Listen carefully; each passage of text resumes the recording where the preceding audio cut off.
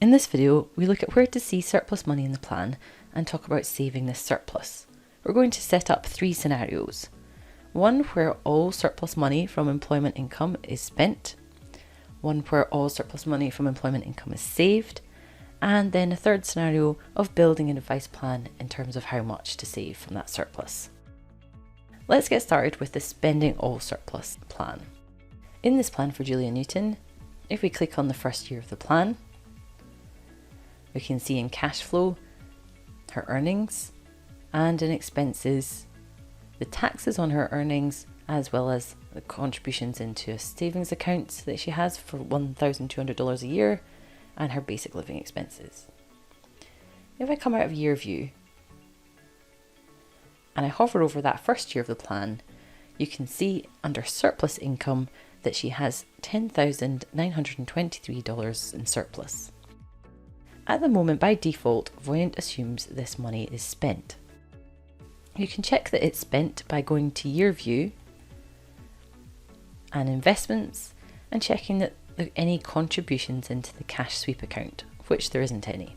If I go down to my plan settings, in dashboard, calculation settings, you'll see that transfer all excess income to credits to saving is set as no. So this is the plan at the moment.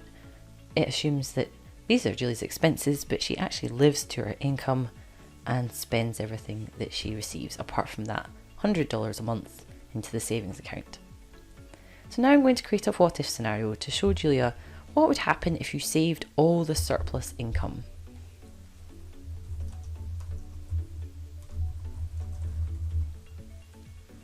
In this scenario, we go to plan settings in dashboard, calculation settings, and we'll transfer all excess income credits to savings, set that as yes. Click save, and now when we hover over one of the years of the plan, there's no more surplus money, it's now classed as to savings. And if I double click on the bar and go to investments, you see that there's a contribution into Julia's cash account, so that's the cash sweep account, of the $10,924 that was in surplus. At this point we can compare plans, so if we go to let's see, compare plans chart view, the base plan is when the surplus money is spent, and all I've done differently in the save surplus plan is I've said that all that surplus, so all that blue above the black line, is considered saved, and that will be saved to the cash account. If you wanted to sweep the money from the cash account into, say, an investment account, you can go to the cash sweep account, sweep options, and select the investment account in here to sweep it into the investment account. This will always do this, so that means that any money coming into the cash sweep account will be swept into the investments. I'll show you what this looks like. If I double click on the bar, go to investments, you see the contributions coming into the cash, but then being withdrawn immediately and being contributed into the investment account. So now this is growing at the investment growth rates as opposed to the cash growth rates. The third scenario I'd like to create is a what if saving $5,000 of the surplus income.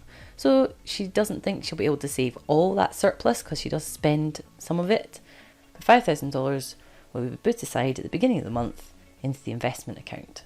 So I'm going to create this from my base plan. So I go to what if and select base plan, pick a plan to copy. I'm picking the base plan because we don't save any money in that one, and we're going to set up a savings to sweep some of that surplus away into the investment account.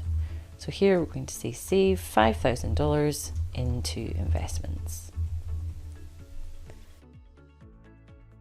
Okay, to do this, here's the surplus income value in the first year of the plan, so there is enough to put in $5,000 each year. We go to savings and investments, investment, I'm just going to say contribution $5,000 and set as annually.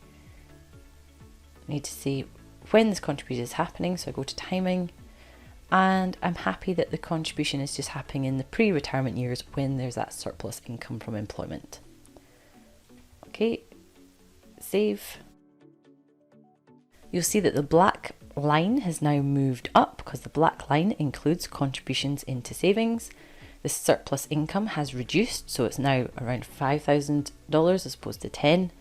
And if I double click on that bar and go to year view, in investments, you can now see the $5,000 being contributed into the investment account, and in expenses there's still some surplus, and that's assumed spent, as my plan settings for this plan are still set to no, do not save any other surplus, as you can see in this column here.